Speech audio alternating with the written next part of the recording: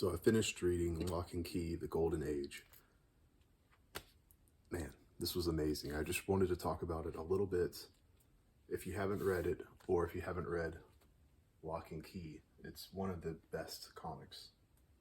So a few years ago, I read Locke Key, this entire compendium, and it blew me away. It's really amazing. Joe Hill, Gabriel Rodriguez. And then a few years after that, they come out with another book, and I'm flipping through it, and of course I see on the back that it has Morpheus from the Sandman. I'm like, what? The crossover. So cool. Sandman, also one of my favorite comics of all time. I've got these huge, beautiful omnibus, all three of them. So I will say, this is what we're talking about right now, the Golden Age. You do not need to have read all of the Sandman or even Locke Key. But you should. It really helps. You should, because they're amazing anyway. No spoilers. This is a 5-star book, for sure. The first 4 issues are just about the Locke family from the generations before the family in this first series. And if you've never read Locke Key, it's basically just a family in the possession of keys.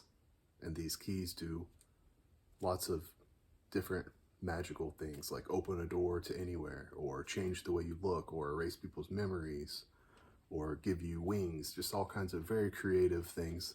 That's part of the fun of Locke Key, is figuring out what all the keys do. You don't have to have read it to enjoy this, but why would you not read that? It's amazing. So no spoilers, 5 stars for sure. The first 4 issues really just deal with the family, and then the 5th issue, the final issue, is the biggest in the book, and that is where the crossover with Neil Gaiman's Sandman comes into play.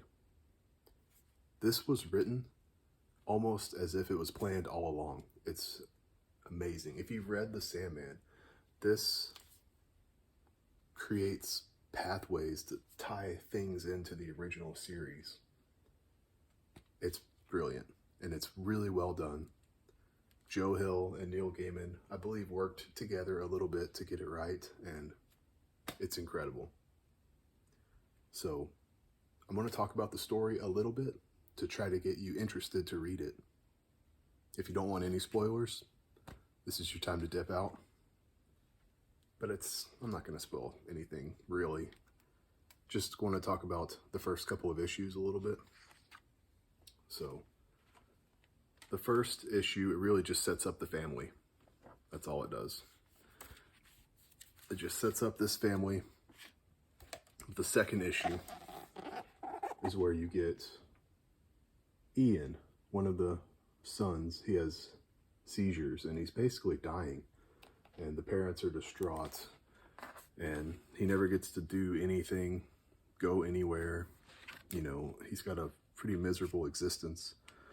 So his dad creates a key, and this key, they take him up in a hot air balloon, which I'll show you, and he opens up a key to the moon, which is really cool.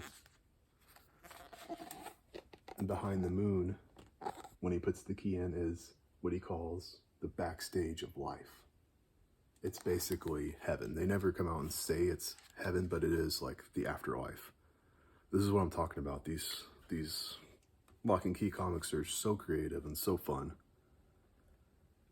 So the family's watching him go up to the moon. The mom's crying, and the children are like, "Mom, what's wrong?" And she's like, "Well, I'm just worried that he'll be cold up there." But in reality, she knows he won't be coming back.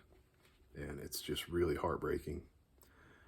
And the end, you can see the father coming back alone. And yeah, this definitely made me shed a tear. This is beautifully written, really sad. And it's like just a beautiful way for you to connect to the family. So the next issue, issue number 3, is really where the story starts to take shape. The other brother from Ian, his name's Jack, and he wants to join the army because this takes place around World War II. It is the golden age.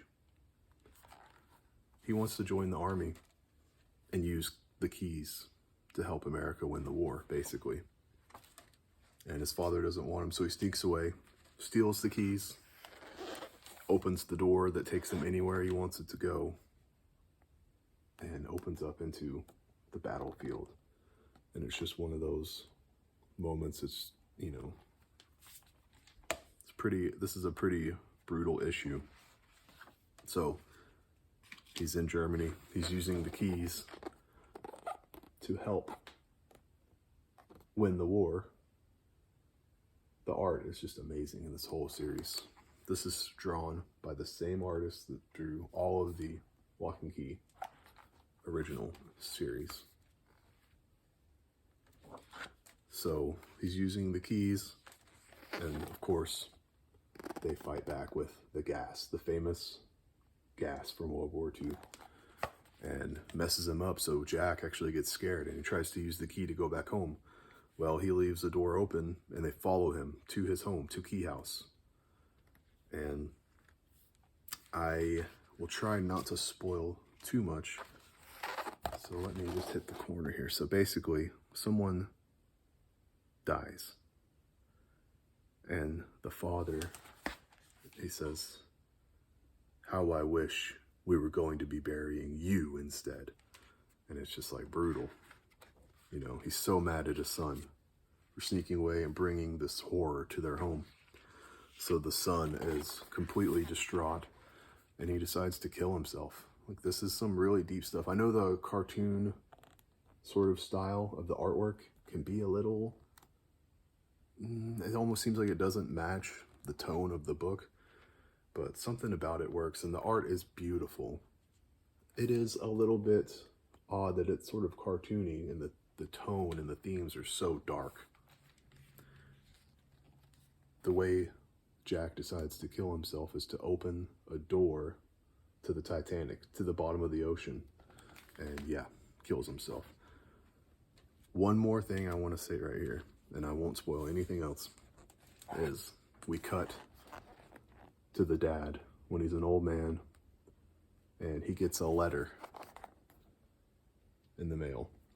I'm going to read the letter just real quick. "Dear Father, hope you are well. Missing the girls, think of you always. A little fly told me you imagine you can save my soul. Lay this dream aside. I am where I belong and you do not. If you come for me, you will burn too. Sincerely, your son in hell." And it's just one of those moments where I knew at this point this was a 5-star book. I just knew it. Well, as you can imagine, this is where the Sandman story comes into play. I won't show anything from the final issue because it's definitely the best issue. Just the way they tie in everything is brilliant and beautiful, and hopefully that has kind of piqued your interest in the story. Some of the covers in the back are amazing. It's got some covers by the original artist from The Sandman, like J.H. Williams. I mean, of course, his art is incredible.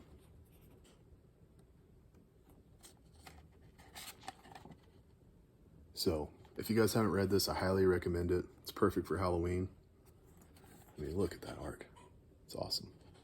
If you love the story of the Sandman or Locke Key, of course, this is just such a cool collaboration. Look at that David Mack cover. That is amazing. And then, of course, you got a Peach Momoko as well. Anyway, Locke Key Golden Age. Check it out. Highly recommend. Thanks for watching.